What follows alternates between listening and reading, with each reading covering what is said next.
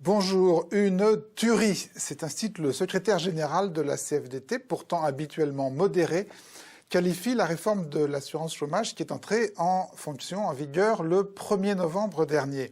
Mais alors, si c'est une tuerie, qui est le tueur ? Et de manière générale, qui impulse toutes les restrictions des acquis sociaux en cours depuis plusieurs quinquennats? Est-ce que c'est le gouvernement français ou derrière lui, faut-il voir des injonctions irrésistibles de la Commission européenne? Question souvent évoquée, mais jamais véritablement creusée, nous a-t-il semblé. C'est la raison pour laquelle on va essayer de le faire aujourd'hui avec Laura, nos trois invités. Frédéric Farah, vous êtes économiste, co-auteur entre autres de l'introduction inquiète à la Macron-économie, et auteur d'Europe, la grande liquidation démocratique. Gérard Filoche, vous êtes un inspecteur du travail de formation, vous avez longtemps été militant dans l'aile gauche du Parti socialiste et vous êtes toujours membre de la CGT et d'Attac. Vous avez aussi écrit un livre sur Macron, Macron ou la casse sociale. Lauriane Mollier, vous êtes militante à l'UPR, l'Union populaire républicaine, le parti de François Asselineau qui milite pour le Frexit. Vous êtes notamment spécialiste des GOPE, des GOPE, les grandes orientations de politique économique émises par l'Union européenne. Il faut prendre ce moment-là.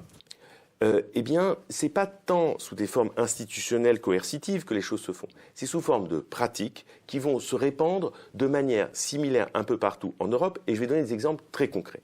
Et ce que l'on disait tout à l'heure, la fiscalisation de la protection sociale, c'est-à-dire le passage par l'impôt, est le fait de nos choix maastrichtiens. Alors, je vais l'expliquer. Oui, il faut que vous expliquiez comment ça se répand si ce n'est pas coercitif. Voilà, c'est ça. Je vais tout expliquer si vous voulez bien.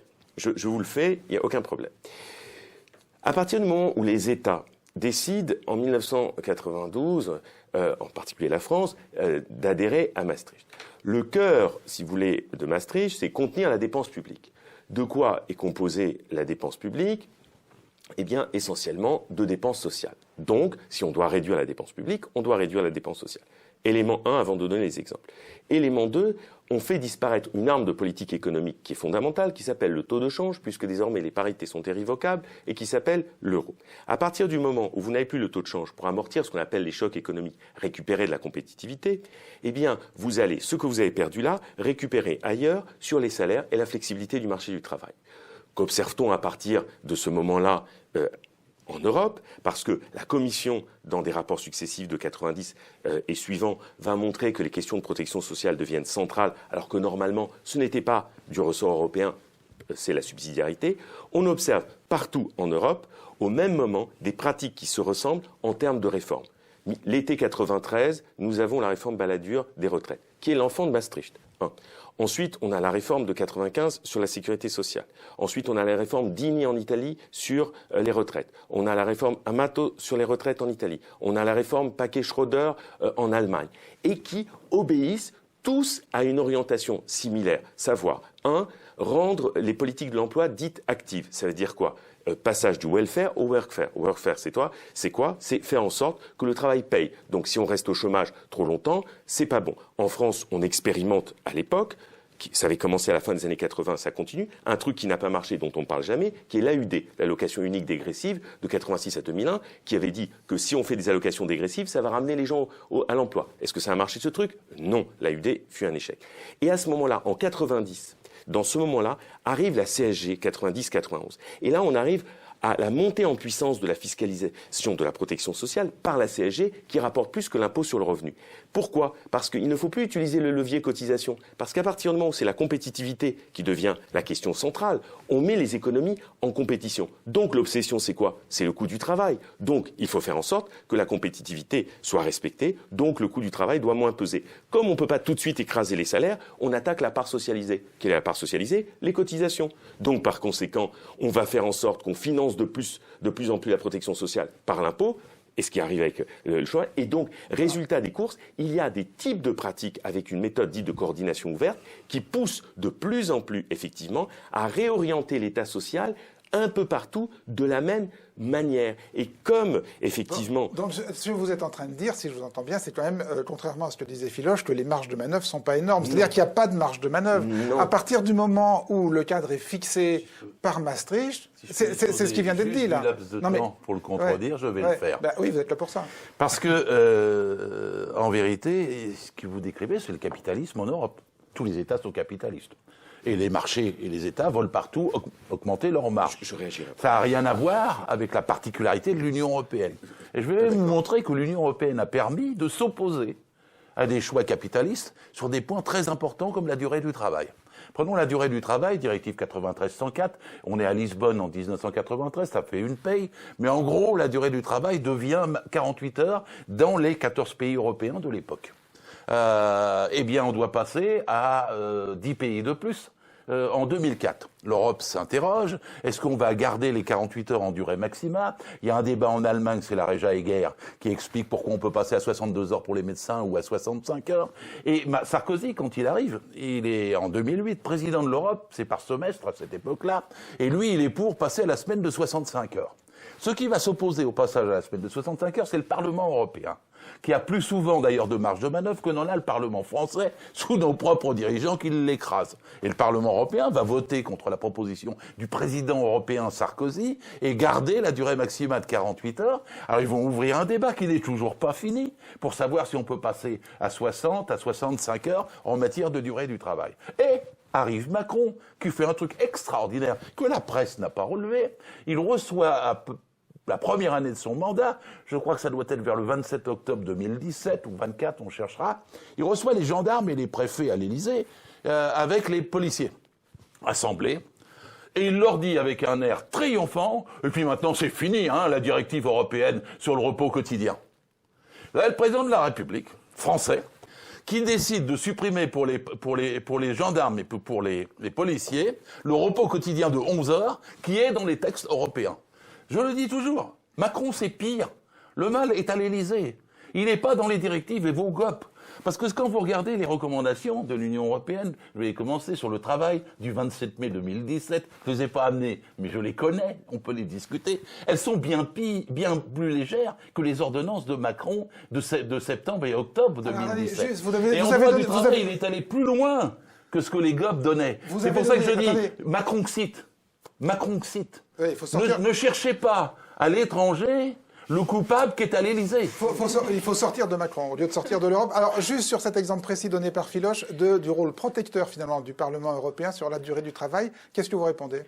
Que Macron soit plus royaliste que le roi, c'est pas très étonnant. Du coup, que Macron est très libéral... Sur l'exemple concret, le Parlement européen a résisté à une tentative de faire voler en éclats les limites de durée du travail. Que du coup, Macron... il est vraiment un néolibéral, oui. Et que du coup, s'il voulait ça, il le voulait. Enfin, je veux pas mettre. D'accord, mais là, c'est un exemple où l'Europe a été protectrice. Oui, mais du coup, protectrice, mais par contre, c'est, comme vous avez dit, 48 heures de travail par semaine maximum. Excusez-moi, c'est pas la protection sociale que moi je veux pour mon pays. Et du coup, qu'on me protège face à Macron, d'accord, mais que de l'autre côté, on m'impose des réformes ultralibérales. Je ne veux pas non plus. Et du coup, la question n'est pas de savoir si Macron, lui, est ultralibéral et que l'Europe l'est juste un tout petit peu moins et nous protège par rapport à l'ultralibéralisme de Macron. La question est de savoir, est-ce que Macron est obligé de faire ce qu'il fait ou pas, de toute façon? Est-ce que François Hollande a été obligé de faire ce qu'il a fait? Est-ce que Sarkozy... les 35 heures. Est-ce qu'il y a eu une remarque de l'Union européenne quand on a fait les 35 heures? Est-ce qu'il y a eu une menace de sanction quand on a fait les 35 heures? Est-ce qu'il y a eu un seul pays qui a dit vous n'avez pas le droit de faire les 35 heures? Non, on a fait les 35 heures. Ceux qui ont défait les 35 heures en France, ce sont les successeurs de Jospin, c'est-à-dire successivement Fillon, successivement Sarkozy, Hollande qui les a défaits également, et Macron qui les défait également. Mais c'est pas l'Europe. Alors, deux arguments très forts de Gérard Philoche sur la durée du travail. Qu'est-ce que vous répondez? Alors, je réponds à la chose suivante. Il ne s'agit pas de dire que l'Europe est un endroit où tous les droits ont disparu. Personne n'a dit que l'Europe, c'est devenu la jungle, il n'y a plus de droits. Bien sûr, on peut même citer le socle récent que M. Juncker proposait en termes de droits sociaux. On peut trouver à Nice aussi des textes. À aucun moment il s'agit de dire que l'Europe demande le retour de l'esclavage ou le temps de Dickens ou que sais-je. Non, non, non, c'est pas ça. Est-ce qu'on peut reconnaître que l'Europe a été protectrice dans le cas que citait Gérard Filoche sur la tentative de Sarkozy d'augmenter la durée du travail et que finalement on a pu faire les 35 heures en France sans réaction de la Commission? Est-ce qu'on peut reconnaître ça? On peut reconnaître ça, mais si on reconnaît ça, on loupe toute une partie. C'est-à-dire, il ne s'agit pas de dire les méchants, les gentils. Je pense qu'effectivement, il faut aller plus loin. Il faut regarder dans deux directions. Première direction, la jurisprudence de la Cour de justice de l'Union européenne, qui, elle, fabrique du droit européen et de l'intégration européenne de manière beaucoup plus efficace même que la Commission. La Cour de justice de l'Union européenne, par des arrêts récents, comment dire, que Gérard Filoche connaît certainement, les arrêts Laval, Viking et autres, effectivement, ont montré clairement que c'est pas que c'était antisocial, il y avait une hiérarchie des normes en Europe où finalement les libertés économiques de circulation, de capitaux, la concurrence prédominent sur les droits sociaux. C'est-à-dire qu'en fait, les droits sociaux doivent en quelque sorte s'adapter à avant tout le droit de la concurrence qui est devenu premier en Europe, surtout depuis la mutation du marché unique. Alors on va parler de la concurrence et des privatisations, et voilà, parce que c'est un autre domaine important, mais dans ce domaine de la durée du travail... Dans ce domaine de la durée du travail, bien sûr que les États peuvent le faire. Il ne s'agit pas de dire que l'Union européenne... Attention, non, mais moi, je suis, c'est-à-dire préoccupé pas un souci de nuance, dans le sens que, bien évidemment, l'Union européenne ne va pas envoyer, comment dire, comme elle a fait en Grèce, des individus qui vont faire ce mémorandum terrifiant. Bien sûr, on a la possibilité... D'ailleurs, pourquoi pas d'ailleurs? Pourquoi pas en France? Pourquoi en Grèce et pas en France? Oui, parce que la Grèce a 2% du PIB européen et la France 25%. Oui. Donc personne ne le fera jamais. Mais en même temps, ce que je veux dire par là, entendons bien, c'est-à-dire qu'aujourd'hui, même si on garde des marges de manœuvre, on peut garder les 35 heures, on peut faire en sorte. En l'occurrence, on ne les garde pas, mais on pourrait. Voilà. Mais l'Union européenne invite, et les États, par effet de réputation, essayent de faire ces réformes structurelles pour éviter peut-être ces sanctions en matière budgétaire. Mais c'est pas qu'on ne peut plus rien faire. Bien sûr, on peut conserver des droits sociaux, il ne s'agit pas d'abandonner le préambule de la Constitution de 1946, il ne s'agit pas d'abandonner telle ou telle chose. Elle invite la plupart des États à prendre des orientations en matière sociale et du droit du travail qui deviennent progressivement communes à la plupart des États. La manière de réformer la protection sociale, les régimes de retraite, le droit du travail devient des traits communs à de nombreux États. Oui, mais avec des bémols, bien sûr. Dont, par exemple, j'y reviens parce que c'est quand même un contre-exemple intéressant, dont, par exemple, ce bémol des 35 heures. Oui, c'est-à-dire qui montre qu'il y a une capacité de résistance. Oui. C'est une bataille dans chacun des États qui aurait lieu même sans l'Union européenne. Le Portugal est un pays particulier parce qu'il a appliqué pendant 40 ans la règle d'or de Mme Merkel et M. Schiobol et l'Union européenne. C'est-à-dire zéro déficit, zéro dette, zéro déficit. C'était entre 1934 et 1974, sous la dictature de Salazar, puis à la fin celle de Caetano.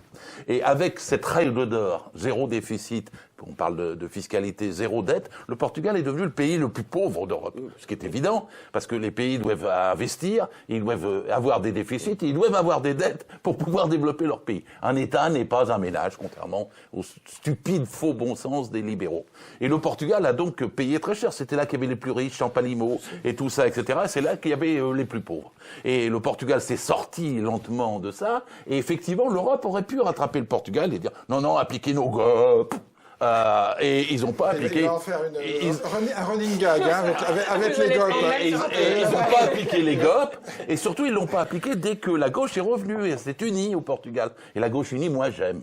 Et la gauche unie, elle permet effectivement d'avoir des avancées sociales et de résister aux pressions qui ne sont pas propres à l'Union européenne, qui sont propres au capitalisme. Parce que ce dont nous parlons, c'est du capitalisme à l'œuvre dans toute l'Europe. Et celui-ci fait des ravages en misère, en chômage, en bloquant des salaires. Et quand les salaires augmentent, par exemple, en Espagne, puisque c'est l'exemple que vous avez pris, il y a toute une série des mesures que vous dites ont été prises avant le retour des socialistes au pouvoir. Je ne suis pas un défenseur acharné des socialistes au pouvoir. On a vu la catastrophe que ça a donné avec M. Hollande. C'était un quinquennat maudit pendant 5 ans. Il nous a trahis, nous, la gauche. Bon, mais en Espagne, ils ont augmenté le SMIC, et ben ils ont été réélus. Je fais remarquer ça au passage.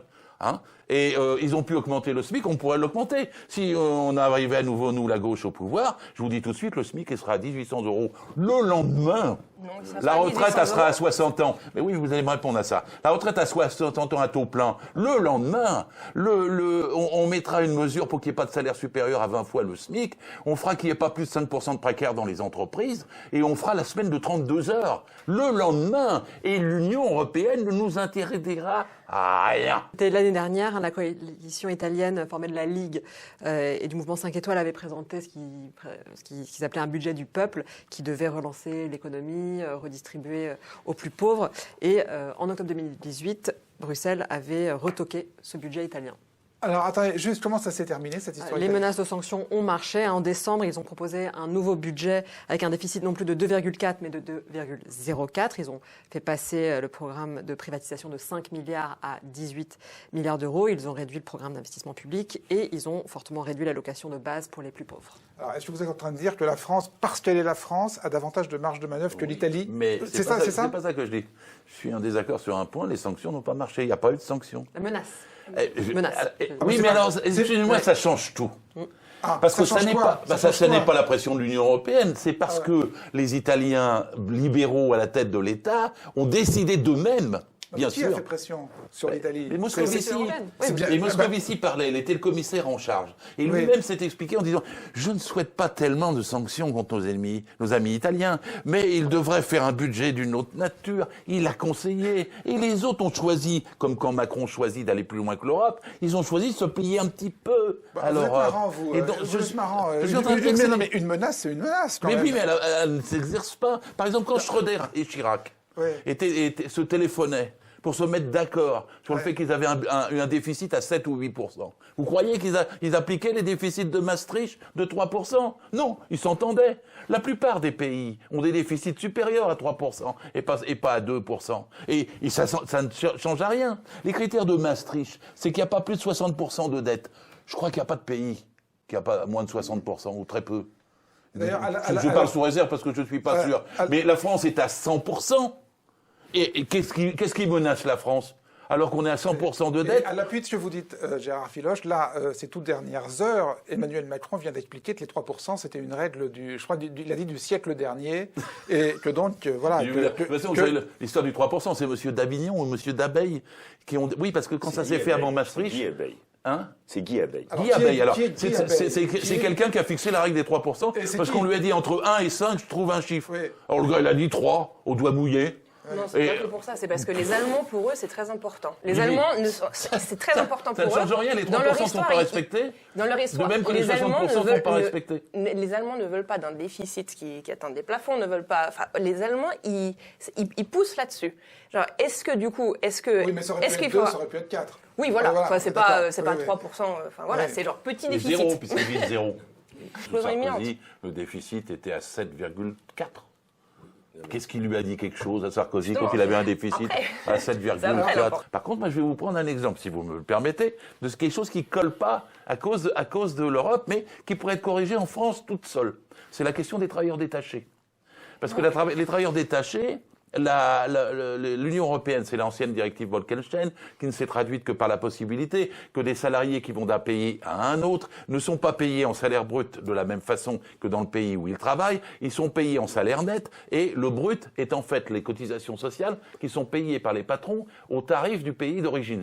C'est à peu près résumé la chose. Ce qui fait que les patrons français se précipitent dessus, parce que c'est en fait, permet de les surexploiter, de les payer moins cher. C'est pour ça qu'il y a 516 000 travailleurs détachés en France, officiels, et dans les 516 000, la triche est telle d'ailleurs qu'ils font passer 20 000 travailleurs africains que des entreprises européennes fraudent pour les faire venir, non pas comme immigrés directs, parce que les travailleurs détachés pour un patron, c'est plus avantageux qu'un immigré. L'immigré est censé avoir les mêmes droits que le travailleur français, est-ce que le travailleur détaché, ce n'est pas le cas. Et donc l'Europe. Et je prends sur l'Europe, Manuel Valls, que je ne porte pas dans mon cœur, un des derniers mois de son gouvernement, avait dit « Nous allons dénoncer unilatéralement l'équipe des travailleurs détachés. Ce que Macron, évidemment, s'est agité dessus et n'a pas fait quand il est arrivé au pouvoir. Et les travailleurs détachés deviennent une plaie, une sorte de cancer concurrentiel au sein de notre propre pays, dont les patrons français abusent et surabusent. Eh ben, nous pourrions, à tout moment, dire, appliquer quelque chose de notre propre loi, parce qu'il y a subsidiarité en matière de droit du travail, et dire les inspecteurs du travail sanctionneront toutes les entreprises qui ne paieront pas le salaire brut. Parce que figurez-vous que dans la loi, le SMIC s'entend en brut. Et tout inspecteur du travail pourrait théoriquement aller mettre dans les entreprises qui ont des travailleurs détachés un PV s'appuyant sur le droit français contre l'Union européenne en disant ne diminuez pas les cotisations sociales, c'est une concurrence déloyale, un dumping social au sein de notre propre pays et je vous condamne, vous, patron, parce que vous ne payez pas les cotisations sociales françaises. Lauriane Mollier, sur les travailleurs détachés, on pourrait pas, tout seul? On a bien vu que Macron, il a essayé de renégocier, qu'il n'y a personne qui a accepté, qu'il a renégocié 3 copecs. Et puis... C'était de la frime. Mais non, comment vous pouvez renégocier? Il faut l'unanimité pour renégocier n'importe quelle virgule de chaque traité, de n'importe quelle ligne du traité européen.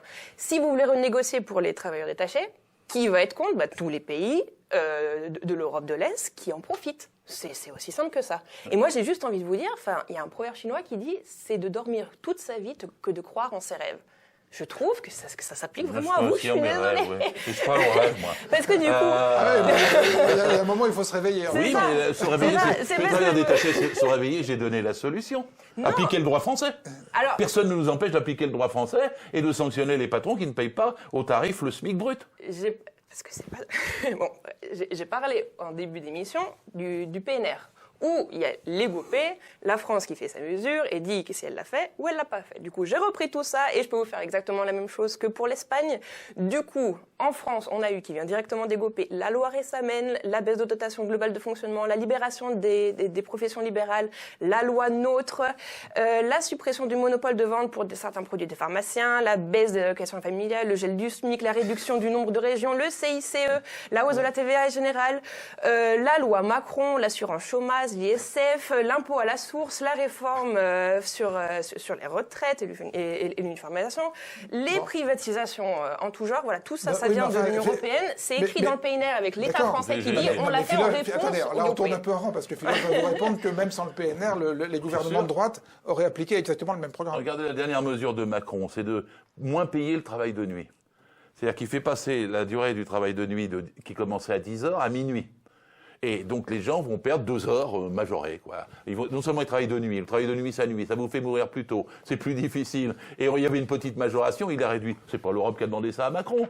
Macron est bien pire que l'Union européenne. Non, mais Frédéric Farah, c'est que c'est l'euro, c'est que c'est l'effet de l'euro. C'est que comme on ne peut pas dévaluer, pour baisser le coût du travail, on est obligé de faire ce genre de choses. Il n'y a pas besoin de dévaluer pour passer le SMIC à 1800 € en France. J'ai cru qu'il y avait, c'était pas une question de plan, c'est une question de rapport de force.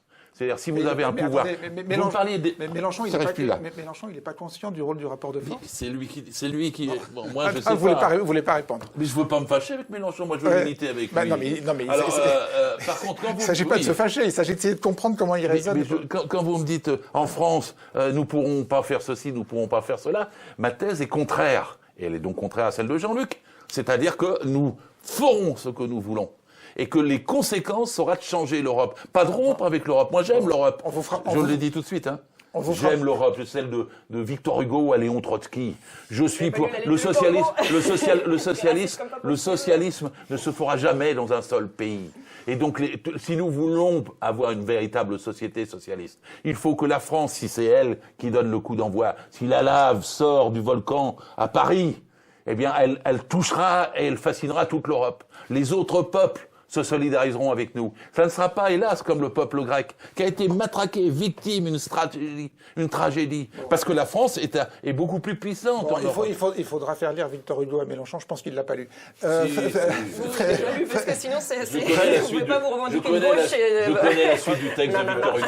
Mais il y a au début une belle citation. Bon, alors, l'heure tourne, on a beaucoup parlé effectivement de protection sociale, de fiscalité, d'assurance chômage. Je voudrais qu'on termine par un domaine sur lequel, me semble-t-il, l'influence directe de la Commission est moins contestable, ou en tout cas moins sujette à discussion que tous ceux qu'on a abordés jusqu'ici, qui est celui de la concurrence et des privatisations à partir d'un exemple, Laura, les barrages. C'est ça, les barrages hydrauliques. Début mars, la Commission européenne a mis en demeure la France de se conformer aux droits de l'Union européenne et d'ouvrir le secteur à la concurrence. Les barrages français sont à vendre. Exploités jusqu'à présent par EDF, ils sont rentables, ils sont stratégiques pour notre indépendance énergétique. Mais l'Europe réclame depuis 10 ans leur ouverture à la concurrence et vient de l'obtenir. 400 salariés d'EDF ont manifesté aujourd'hui devant le Parlement européen. D'autres se sont mis en grève sur différents sites pour faire barrage à la privatisation.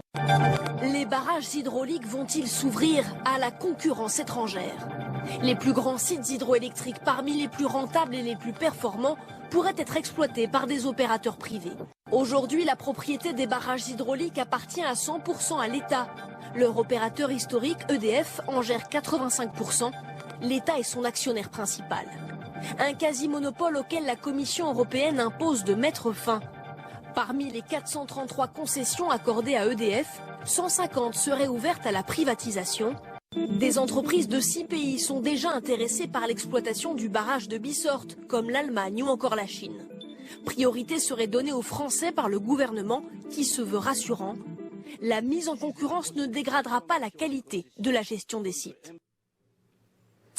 Alors, il me semble que cet exemple des barrages, il résume un peu toute notre conversation depuis le début. C'est-à-dire qu'on peut le voir, comme on dit, le verre à moitié vide, le verre à moitié plein. Ça fait 10 ans que la Commission demande à la France, dit à la France, attention, attention, attention, il va falloir ouvrir les barrages à la concurrence. Et ça fait 10 ans que la France résiste. Et ça fait 10 ans que la France traîne les pieds, si j'ai bien compris. Ce que ne dit pas d'ailleurs le sujet de France 2 qu'on vient de voir là, parce qu'il a l'air de considérer que c'est fait et qu'on ne pourra pas faire autrement. Mais enfin, ça fait 10 ans que la France ne privatise pas ses barrages et ne les ouvre pas à la concurrence. Et on ne voit pas très bien pourquoi ça ne pourrait pas durer. Et justement, ça fait 10 ans, on a trop traîné les pieds, et maintenant, l'Union européenne a mis en demeure la France. Oui, mon Dieu. Finalement, je vais vous dire, mon Dieu, on est mis en demeure. Sauf que la dernière fois qu'on était mis Ils en vont demeure, pas nous envoyer, Bruxelles va pas nous envoyer des chars pour privatiser nos barrages. C'est Macron qui décidera, c'est Macron qui décidera, nulle personne d'autre. La prochaine étape, c'est la Cour européenne de justice. Et la dernière fois, ça s'est soldé par une amende de 10 millions d'euros parce qu'on avait tardé à appliquer la directive sur les OGM qui autorisait les OGM. Donc, si on tarde encore trop, ça va sans doute se faire la même chose. La Cour européenne de justice allait menacer la France parce qu'elle interdisait et une amende de 10 millions. Il y a 20 ans, 25 ans, parce qu'elle interdisait le travail de nuit des femmes. Je ne sais pas si vous vous souvenez, on est en 1992 et la Cour de justice veut mettre une sanction à la France qui, dans son code du travail, protège les femmes du travail. Les barrages. Oui, mais je prends un exemple qui va être pareil. Les barrages, on sait, on fera ce qu'on voudra. Voilà, bon, point. Et ce qui décidera. Si vous avez une amende, si l'Union européenne vous met une amende, comme ils ont mis vous m'avez pas avec laissé pour les terminer OGM. sur les femmes, mais si je terminais, et donc menacé d'une amende. Et ben le résultat, c'est que ça n'a pas eu lieu. On s'est plié de notre propre gré. À l'époque, Martine Aubry avait eu tort, parce qu'après l'OIT, Organisation internationale du travail, a dit mais la tribu européenne n'avait pas à vous imposer le travail de nuit des femmes. Parce que nous, organisation internationale, juridiquement, nous continuons à protéger les femmes du travail de nuit. Et donc, il n'y avait pas de possibilité que l'amende soit faite. Et ça sera pareil sur les barrages. Parce que vous avez toute une série de domaines, la privatisation de la Française des Jeux, franchement, c'est pas l'Union européenne non plus. Donc c'est bien à Paris que ça se décide, à l'Élysée. Et en plus, dans tout ce débat, moi, ce qui me gêne, c'est qu'on a finalement l'air de dire, comme Jean-Luc a tort de le faire, ça se passe ailleurs. Débarrassons-nous du ailleurs et après on fera. Tandis que moi, je dis, ça se passe chez nous, à l'Élysée, c'est Macron. Débarrassons-nous de Macron et on changera la France et on changera l'Europe. Est-ce que une des raisons pour lesquelles vous êtes si réticent à mettre en cause l'Europe dans tous ces cas-là, ce serait par hasard le fait que ce thème vous apparaisse, enfin le thème souverainiste en général, vous apparaisse comme un thème de droite et un thème réactionnaire. Est-ce que c'est une raison? Je suis plus proche de l'ouvrier allemand qui mange du hareng, que d'un patron français qui veut me bouffer tout cru. C'est-à-dire, je suis pour l'unité des salariés, des travailleurs, de tout le mouvement social en Europe, et je suis contre le capitalisme partout. En même temps, Gérard Filoche, c'est pas l'ouvrier allemand qui aujourd'hui détermine la politique allemande et qui détermine qui détermine la politique de l'Union européenne. C'est plutôt le patron allemand. Oui. Globalement. Bah oui, mais le patron français aussi. Donc moi, je suis pour qu'on se batte chacun dans nos pays pour essayer de renverser la dictature de la finance. Et quand on l'aura gagné dans un pays, ça fera boule de neige en Europe et on changera comme ça. Et je pense que mes collègues là ont une diversion involontaire dans la tête. Ils pensent qu'il faut d'abord se battre contre l'Union européenne avant de changer les choses ici. Alors, Laura, pour moi, se battre contre la tyrannie financière, elle prend une forme institutionnelle précise qui est les traités européens. En fait, c'est comme dire, on ne va pas se battre contre le capitalisme en général, ça prend des formes institutionnelles précises, celles d'aujourd'hui, ce sont les traités européens. Alors moi, je vous conteste, je dis que ces traités sont des traités de papier, que quand on aura fait autre chose, l'unanimité volera en éclats, et qu'en fait, on se retrouvera face au marché et aux capitalistes. Et à ce moment-là, en Allemagne, en Italie, en Espagne, au Portugal, j'espère que les salariés européens feront le même mouvement pour faire la même chose que ce que nous ferons vraiment à gauche, en France, en arrivant au pouvoir la prochaine fois, et en faisant pas jamais plus du Hollande. Pour le mot de la fin, c'est plus, ce débat est vraiment, c'est un débat quand même primordial de savoir si les GOPÉ, c'est extrêmement primordial. C'est genre dans le numéro 1 des débats qu'il doit y avoir à la télé. Du coup, déjà, je vous remercie beaucoup d'organiser ce genre de débat. Il me semble que c'est le premier du genre. Mais moi, voilà, ça fait très... Non, mais je regarde la télé souvent, c'est mon job. Il n'y a rien du tout. D'habitude, c'est l'omerta complète. L'Union européenne passée, il n'y a rien à voir. Il n'y a pas de débat. Et nous, à l'Union européenne, il y a François Asselineau qui a fondé son parti il y a déjà plus de 12 ans, qui se bat depuis plus de 12 ans pour être invité ne serait-ce qu'une minute à TF1 de temps en temps. C'est presque jamais le cas. Là, en ce moment, c'est le Brexit. C'est quand même un sujet, genre, voilà, il faut parler du Frexit, est-ce que ça serait bien, etc., pas avoir vraiment un vrai débat construit. Il y a vraiment un problème de démocratie en ce moment. On recommence pas le débat. Non, on recommence pas. Bon, en tout cas, vous avez très bien suppléé Asselineau autour de cette table. Merci. Merci à tous les trois d'avoir participé à ce débat qui, d'une certaine façon, était une première. Merci de nous avoir suivis. À la semaine prochaine.